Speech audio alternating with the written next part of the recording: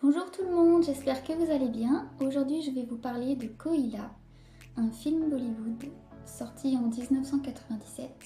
Alors Koila ça veut dire charbon en hindi. Ce film a une durée de 2h46 environ. Le genre ce serait plutôt action, drame, musical, romance, thriller. C'est un film réalisé par Rakesh Roshan, qui en est aussi le scénariste et le producteur. Pour les crédits d'écriture, il y a aussi Sachin Bhowmik, Ravi Kapoor, Anwar Kapoor. Le compositeur est Rajesh Roshan.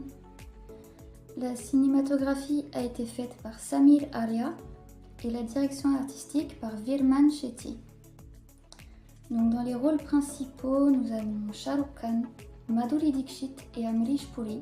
Et dans les rôles secondaires, il y a Johnny Lever, Ranjit Bedi, Salim Ghaus, Deepshika Nagpal, Mohanish Bail, Kanika Sadanand et Imani Shivpuri. C'est l'histoire de Gauri, une belle jeune fille du village qui a le malheur de devenir l'obsession de Raja Saab, un riche vieil homme propriétaire d'une mine de charbon.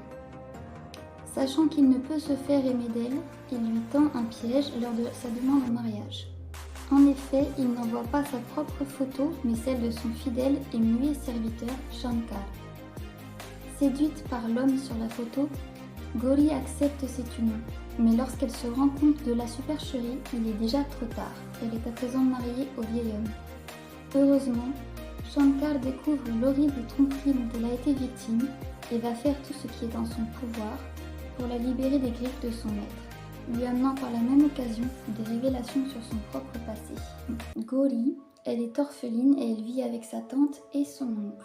Voilà. Elle a aussi un grand frère qu'on va voir un petit peu plus tard. Donc c'est une très belle jeune fille, elle est innocente et puis elle est du genre espiègle. Elle a la joie de vivre, elle aime bien passer son temps à jouer avec les enfants du village en fait et à faire des blagues, à faire des farces. Ensuite il y a Shankar. Alors il est orphelin lui aussi, et donc un esclave de Raja Saab, muet depuis plusieurs années. Il est assez fort, il sait se battre aussi. Il est reconnaissant, fidèle et loyal envers son maître. Et puis l'antagoniste, forcément, Raja Saab. Disons que c'est un petit peu le vieux fou typique dans ce genre de scénario. Propriétaire de mine de charbon, dont sa richesse. Il est du genre cupide, corrompu, manipulateur, cruel, violent aussi. Il n'hésite pas quoi, franchement il fait des choses, il n'a pas de morale cet homme, vraiment aucune. Petite info aussi que j'ai trouvée, dans ce film il y a des références à Rambo 1 et 2, donc je vous dirai pas lesquelles, à vous de découvrir si vous avez vu Rambo, voilà c'est intéressant.